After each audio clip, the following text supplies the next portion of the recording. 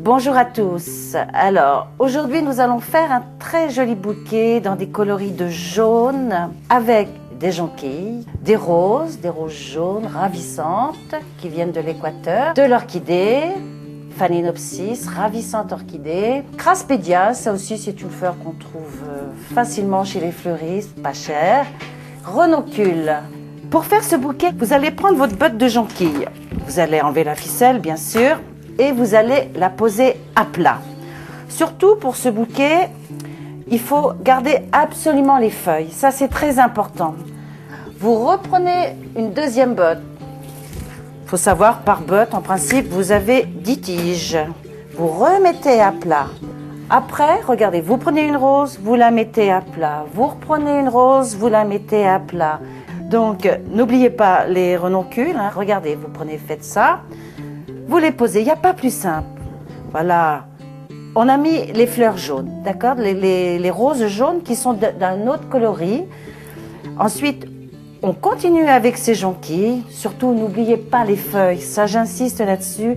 C'est très important de mettre les feuilles. Hein. C'est ce qui va vous donner l'épaisseur à votre bouquet. On va continuer avec une autre forme de fleur, Craspedia. Jolie petite fleur que vous trouvez facilement chez les fleuristes aussi. On va mettre ensuite quelques renoncules. Voilà, quelques petits brins de renoncules. Ça aussi, ce sont des fleurs ravissantes. On continue encore un petit peu avec d'autres jonquilles plus ouvertes. Alors, vous avez une renoncule qui va sur la droite. Respectez. Voilà, si elle a envie d'aller sur la droite, mettez-la sur la droite. Si vous avez une renoncule qui va comme celle-ci sur la gauche, mettez-la sur la gauche. Respectez surtout les formes des fleurs. Alors, après, on va rajouter ces ravissantes roses.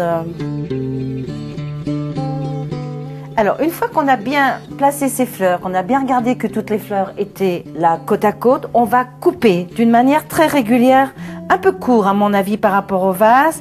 On va les couper, voilà, et on va couper régulièrement. Autre étape, on a pris un vase transparent, on va tapisser ce vase d'une ou deux feuilles d'anthurium ou de phaléno. On va couper le bout de cette feuille qui risque de nous gêner. Regardez, pas plus simple. On tapisse, on met l'autre. Alors, une fois qu'on a rempli ce vase, moitié, vous prenez toute la masse de fleurs, vous l'amenez doucement sur votre vase et vous le placez dans le vase. Alors, pour terminer le bouquet, on prend une branche d'orchidée, Phalaenopsis, variété Oméga. C'est celle qui me semble qui va se marier un petit peu plus avec le bouquet qu'on vient de faire. On la dégrappe doucement parce que ce sont des fleurs très fragiles. On prend son fleuron, on aura des petites pipettes qu'on trouve également chez les fleuristes et on met son fleuron dans cette pipette jusqu'au bout surtout, hein, et en douceur.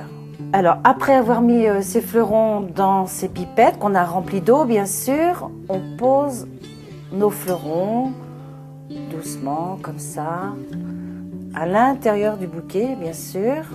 Donc le bouquet est terminé. Alors quelques petits conseils pour que ce bouquet tienne plus longtemps. Déjà au point de départ, lorsque vous avez rempli votre vase, mettez toujours une petite goutte de javel, ça c'est important. Ensuite, si vous voyez quelques feuilles jaunir, eh bien n'hésitez pas à les enlever, bien sûr. Et ça c'est un bouquet qui va vous durer, on va dire, à peine 8 jours. Hein. Les jonquilles ne font pas partie des fleurs qui tiennent longtemps. Les roses, bien sûr, vont durer une huitaine de jours. Quant aux fleurons d'orchidée, bien celle-ci, facilement une bonne dizaine de jours. Voilà. Et pour moi, c'est un bouquet ravissant.